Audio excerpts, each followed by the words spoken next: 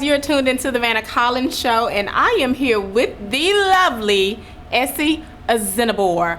You recently had a fashion show, Phantom of the Runway, and kudos to you. It was magnificent.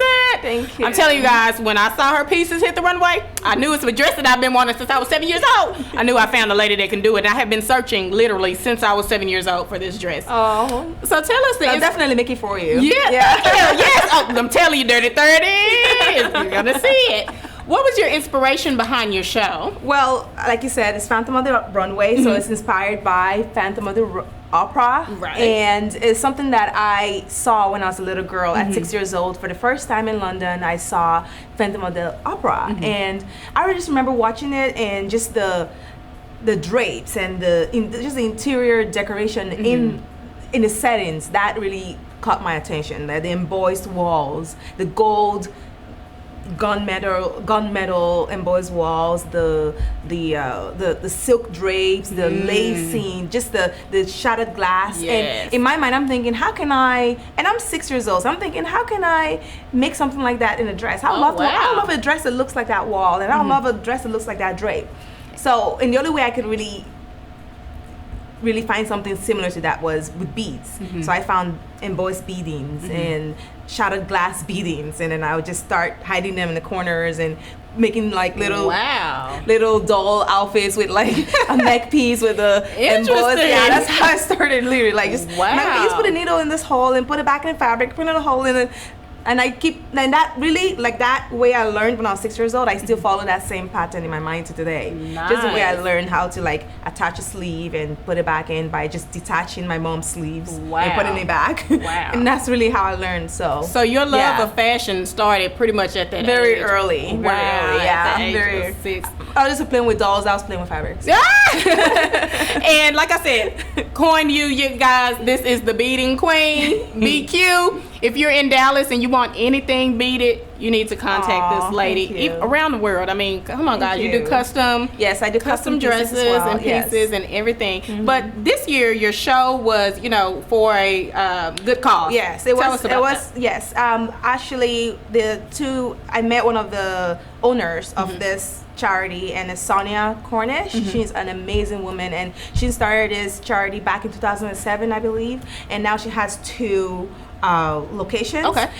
The reason why it's called our Hearts Day Center, and the reason why this really touched me is because I have 2 family members that one is Down syndrome and one has autism. And when she came with me with this whole idea of having this event for this charity, as it was hands down yes, because it means a lot to me. It means a lot to her. I haven't seen anything like this before, as far as adults helping adults with Down syndrome, cerebral palsy, autism. It's really important that we know that these people do grow. They just don't remain kids. Right. So we need to keep feeding their minds and their brains. So, exactly. Yes. And I read that the proceeds helped to go towards the van. 100% of all proceeds went to the charity to help raise funds for wheelchair accessible bus, which it hasn't been reached yet. We still don't have enough money yet to get it, but we're still raising money for it. So how can I donate? You can go to the website. Actually, I can send you a link. You can go to the website, ourheartstheyhave.com, and just click on donate. Okay. And you can just donate anything. It can be $1, and it can be $10,000. Right. But it all goes to this charity to help them get a bus. And they really need, because right now what they're doing is they're just individually going in and helping these folks, but they need that help to get these, these patients into the bus or into the car without damaging anything. Exactly. So guys, make sure that you donate. It's definitely a good cause. I mean, we see a lot of charities that are focused on kids, so this is pretty different. It's being focused on adults, yes, because it seems like we kind of forget about them as soon as they hit that adult age. But we still need your help. They still need their help. They still have the same mind as a child. We have all these different cares for them till they turn 18, and after that they're neglected and they don't understand why. And it's amazing that there's this charity here helping them and helping them adjust and adapt to society. Right. So, Now, just getting a little backstory about you, a little history about you. You love fashion all your life, but your parents didn't really encourage that. If you're Nigerian, you know. I have a lot of Nigerian friends, and I hear that a lot from the girls. If you're Nigerian and you have a Nigerian parent, you will know what I mean. The Nigerian parents are very conservative. They just want your kids to either be a doctor, lawyer, or an engineer, and that was literally the only option I had. And even when I chose accounting, they're still like, that's not quite a doctor or lawyer, but it's still in the educated part of life. So let's just support her doing that. And you attended SMU. Yes. I actually went to University of Windsor, where I got my undergrad, and I moved. That's why I moved to Dallas. Okay. Out of all the cities, I just chose Dallas, and I came we're glad to have you. And I'm so lucky to be here. I feel like it was a reason why I chose the city. It was just very random, but I chose the city. Came here to SMU for my master's, and while I was there, I decided that I wanted to really do something for me, because I felt like I've been working for, my parents since I was born. Which is a tough decision, especially coming from that kind of background. Coming from that kind of, there's still, and I'm so happy now that my mom supports me 110%. I do have a lot of family members that are still supporting me to this day, and supporting this decision. But it was really tough trying to transition from what they want you to do and what you want to do. Right. So what advice would you give, young girls that are interested, young girls and boys that are interested in kind of coming out the closet, I guess you can say, with their own hopes and dreams? Follow your dreams. It's very important. Do what makes you happy, because if you're doing something that you're not happy doing, it's the death of you, really. Because I was an accountant for 2 years and I wasn't happy, but there are people that are doing that job and they're happy, and there are people doing this job and they hate it. Right. And I love what I do, and there was a time in my life when this was just a dream, when I said, well, I wish one day I have a showroom, I wish one day I have a fashion show, I wish one day I can have one dress to show what I can do. And now I have. And you showed how many at the show? I showed 48. Woo! So and one took 20. One took 21 days. Actually, every day for 3 weeks I was beading that dress. Had like very limited amount of sleep, maybe 2 to 4 hours in a day. That's dedication. Yes. So I just say, follow your dreams. Don't let anyone stop you. It doesn't matter what race you are, what color you are, what language you speak. It doesn't matter what it is. Just do what you're supposed to do, what God is giving you. If God is giving you any gifts, do it, and you will prosper. Okay. And lastly, how can we get in contact with you? So you can visit me on my website, www.Ese Azenabor, and that is ESEAZENABOR.com. Or you can find me on Facebook at facebook.com/Ese Azenabor or Instagram at Ese Azenabor. So make sure you guys follow her. Get to the website. I'm sure you can get all her social media sites from your website. Yes. And Esse's going to take us around the showroom and give us a little insight of what you missed on the runway. We'll see you later.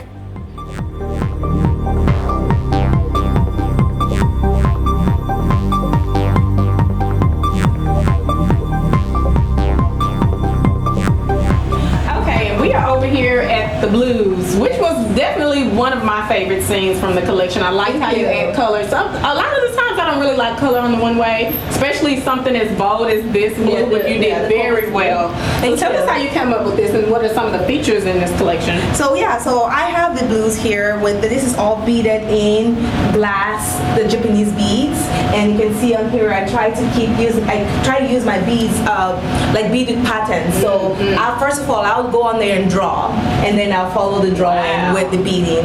And with this collection here, or with these specific few collections here. I have the Tibetan embossed beads right here, and you can see up here is all, each bead is really big beads and they're all embossed, and that gives you that textured look. Like I told you earlier, part of my inspiration with the walls from the Phantom of the Opera setting, I saw the embossed walls, and this really spoke to me when I first saw this bead. So these are really my favorite beads to work with, and because they're big and it's easy to work with. Exactly. Yeah. So this is the gown part of it. You can wear this to any ball or difa.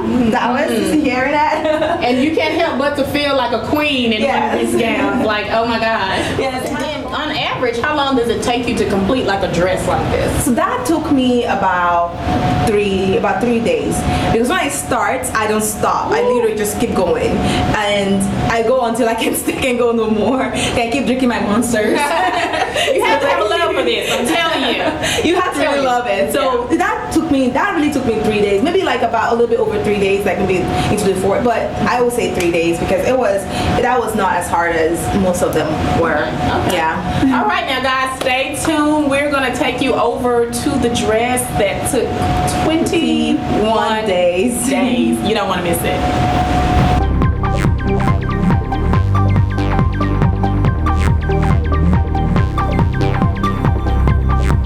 Okay, guys. Dun, dun, dun, dun. I know you were taken away by this dress.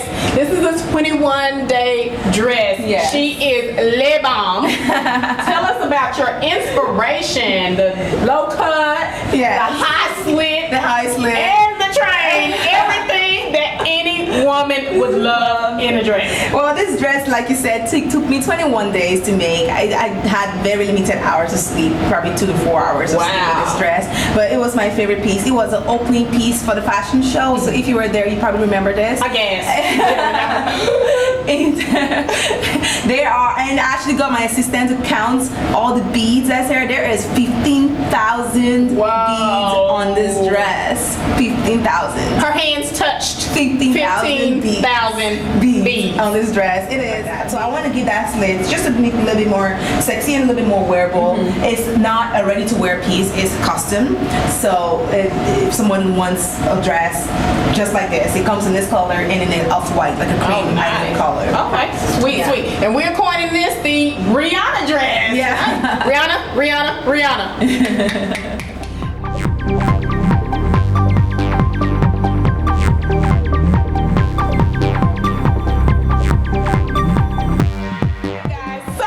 We have 2 more pieces that we want to show you. Kind of reminds me of a wedding. Someone that's not into the traditional wedding dresses and wants just a little color or just a little like I would. Whenever I get married, I'm not doing white. See, and there are plenty of girls like this. So guys, stay tuned and we'll show you what's in for the wedding season.